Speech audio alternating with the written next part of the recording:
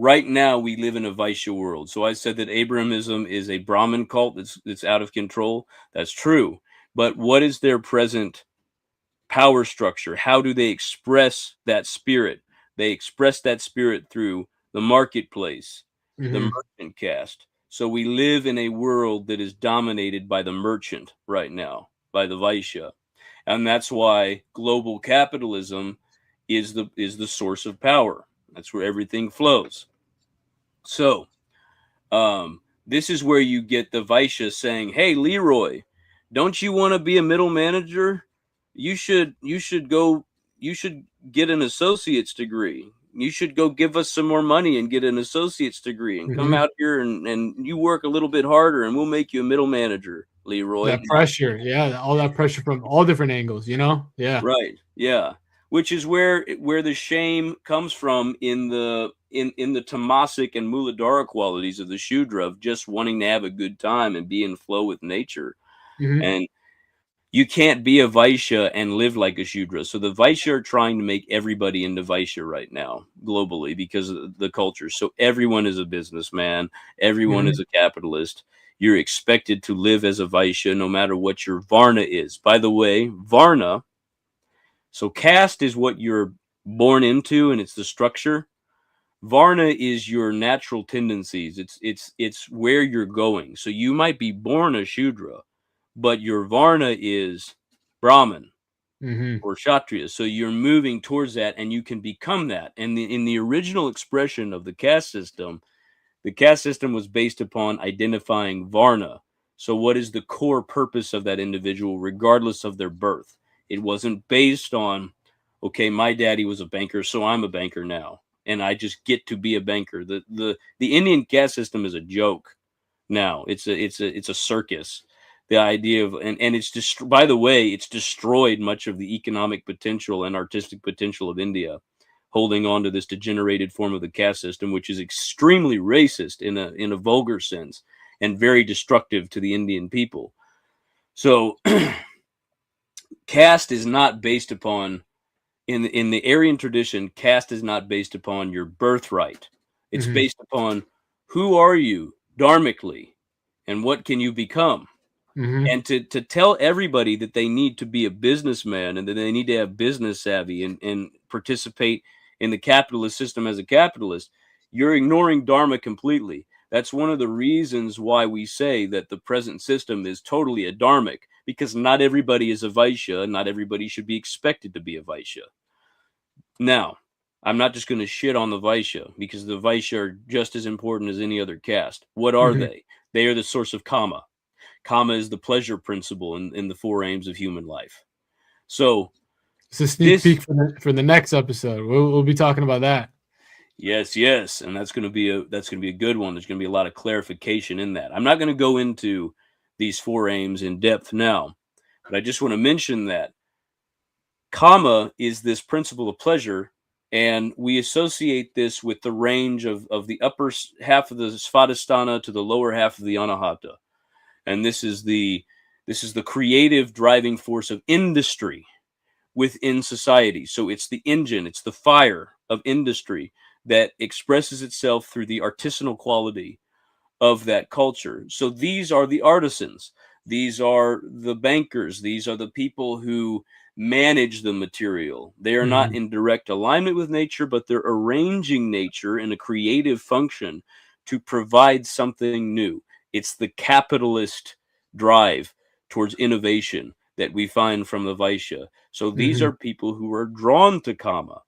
These are people who live for pleasure.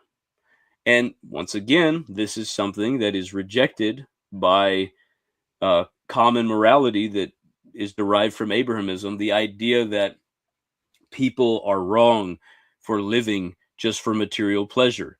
There are some people, it is their dharma to seek that pleasure. It is their dharma to be industrious and to focus on wanting the finer things, the finest clothing, the finest car, the finest house. You know, it's just that when it's put in the wrong spiritual container, it becomes a dharmic.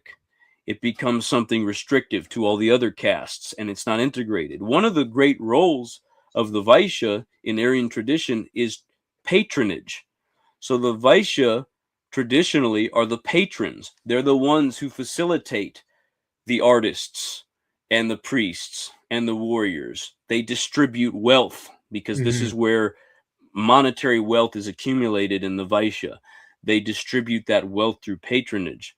This allows the artist and the warrior to play their role without having concern for money.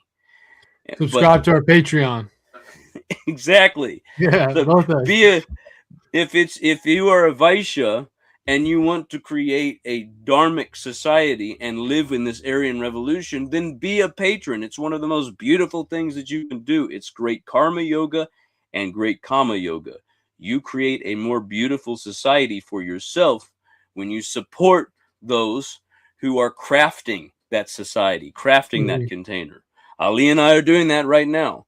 So Patreon is a great thing because it is a revival of the ancient Aryan patronage system. If you have noticed that art seems to be very vapid and hollow and just purely commercial, it's because of the collapse of the patronage system. Artists have to live as businessmen now Mhm. instead of living as artists. Warriors don't fight just for the sanctity of Dharma, they fight for a paycheck. That has a major eroding quality within the culture. So if you are a Vaishya and you want to live for wealth, distribute that wealth to those who offer you meaning and those who offer you protection and defense of Dharma, and you'll see a more beautiful world arise from that activity. Beautifully said. Yeah, the Vaishya, like when you really look at it, as you said, these are the managers of the material. And in today's day and age, that management of the material is more oriented towards money, capital. So these people are the innovators, the businessmen, the merchants, the artisans, innovators, and they keep the industry of society running. You know, as you said right there, we live in a Vaishya verse. Fuck the metaverse, we live in Vaishya verse because everybody is told and sold this idea that this is the peak aim of life.